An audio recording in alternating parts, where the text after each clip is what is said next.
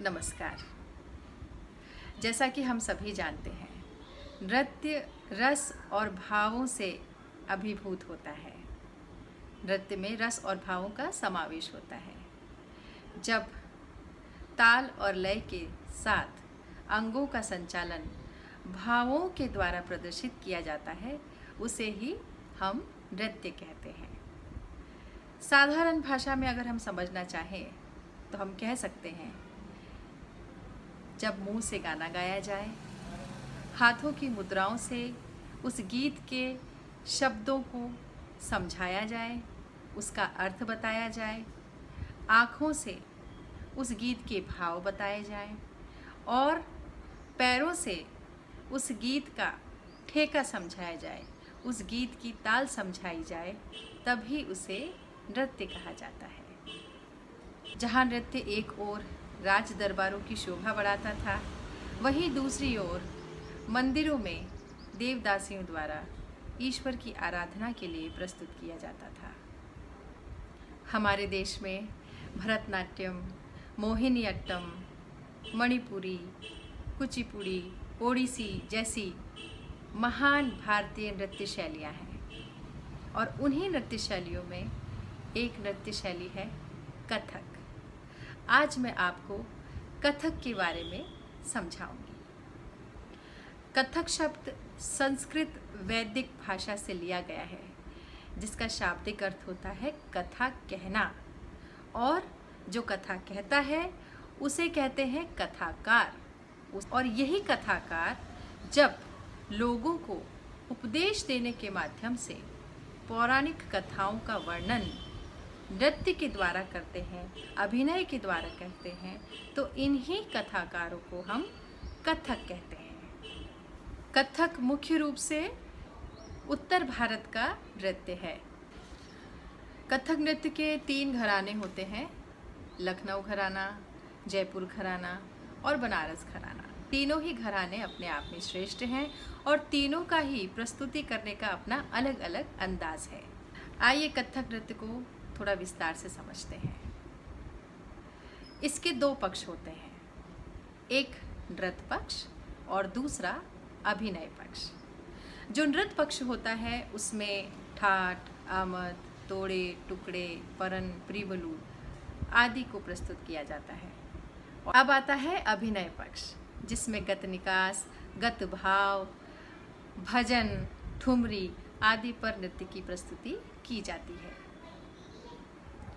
गत निकास में पलटा लेकर एक ही भाव को चाल के साथ प्रस्तुत किया जाता है, जबकि गत भाव में एक ही नर्तक अलग अलग पात्रों का किरदार निभाते हुए पूरी कहानी को प्रस्तुत करता है।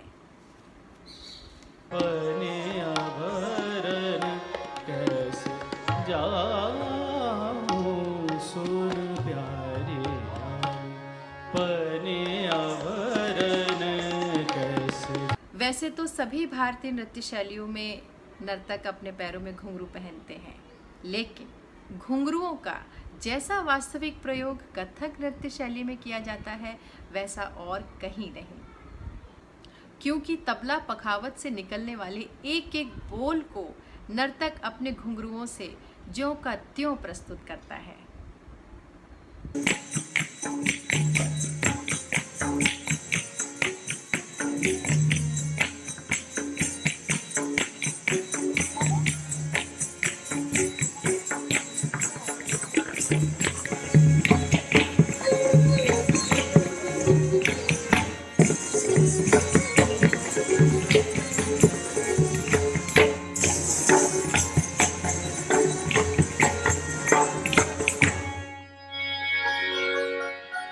कथक नृत्य में चक्रों के प्रदर्शन की भी अपनी एक अलग ही विशेषता है।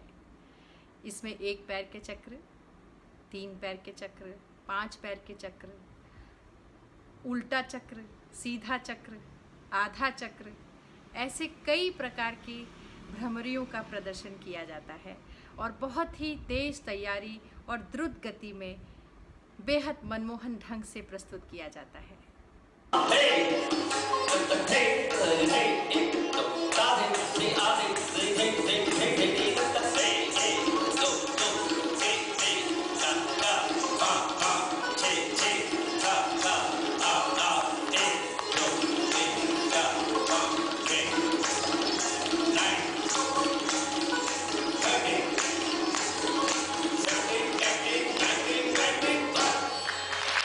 नृत्य की वेशभूषा का भी अपना अलग ही स्थान है।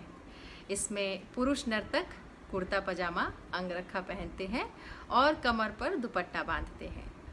वहीं दूसरी ओर स्त्रियां लहंगा, चोली, दुपट्टा, साड़ी या मुगलिया अंदाज का सलवार कमीज़, जिसे पेशवाज कहा जाता है, उसे पहनती हैं और इनके साथ ही अपने आप को विभिन्न आभूषणों से सुशोभित करती हैं।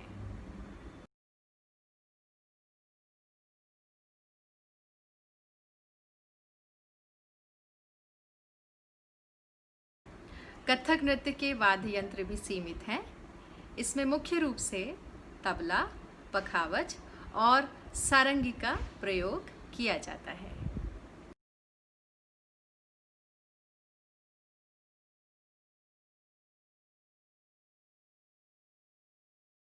कथक नृत्य को भारतवर्ष के साथ साथ संपूर्ण दुनिया में पहुंचाने का श्रेय श्री बिंदादिन महाराज जी को दिया जाता है और इसे अंतर्राष्ट्रीय ख्याति तक ले जाने का काम मैडम मेनका द्वारा किया गया।